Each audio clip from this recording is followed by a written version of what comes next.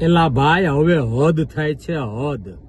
મધદરિયે તોફાનમાં જે જહાજ ઉપર હોય એ જહાજને સાચવવું પડે, એ જહાજની કદર કરવી પડે. જો એ જહાજની કદર ન કરીએ તો વિનાશ આવે, મોત આવે.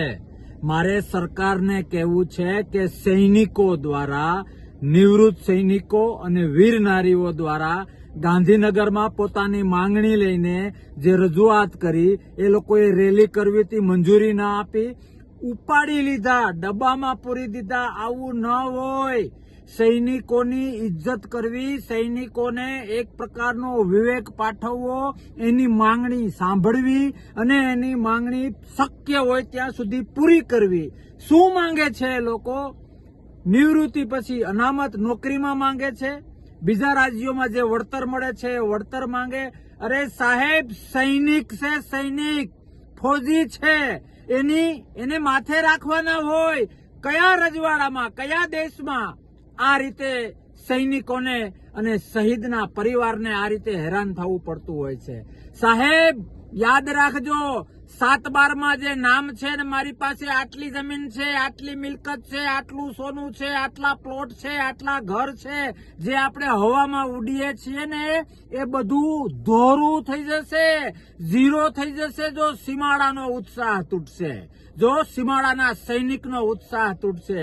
આજે જે કંઈ આપણે તાગડધીનના કરીએ છીએ એ આપણા સૈનિકો સીમાડાએ બેઠા છે, સીમાડાનું રક્ષણ કરે છે, એટલા માટે આપણા તાગડધીનના ચાલે છે. આવું ન ચાલે.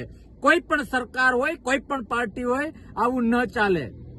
મારે ગુજરાતના એક વ્યક્તિને અને ખાસ કરીને એક સરપંચને વિનંતી કરવી છે કે ફૌજ પ્રત્યે પ્રેમ હોય, સૈનિક પ્રત્યે પ્રેમ હોય, વીર નારી એટલે કે જેમના પતિ શહીદ થયા છે એના પ્રત્યે પ્રેમ હોય, તો બીજું ત્રીજું ચોથું કંઈ કરો કે ન કરો, પણ સરકારને એક કાગળ લખો કે સૈનિકને માનપૂર્વક સાંભળવામાં આવે અને માનપૂર્વક એની માંગ પૂરી કરવામાં આવે, એની જે ડિમાન્ડ છે એ ફૂલફિલ કરવામાં આવે.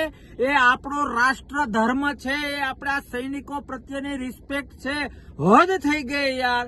કોઈ પણ આંદોલન હોય આમ તેમ ચલો, એ બધું હજી ડાયજેસ્ટ થાય, પણ સૈનિક એ સૈનિક છે, સૈનિક છે તો આપણે સૌ છીએ, રાષ્ટ્ર છે, આપણા બધા તાગડધીનના છે. અને એટલા માટે બે હાથ જોડીને દરેક ગામના સરપંચને, દરેક જવાબદાર નાગરિકને, દરેક સૈનિક પ્રેમી વ્યક્તિને હું વિનંતી કરું છું કે એક પત્ર લખો કે સૈનિકની વાત સાંભળવી એ સરકારનો ધર્મ છે, સૈનિકની માંગ પૂરી કરવી એ સરકારનો ધર્મ છે.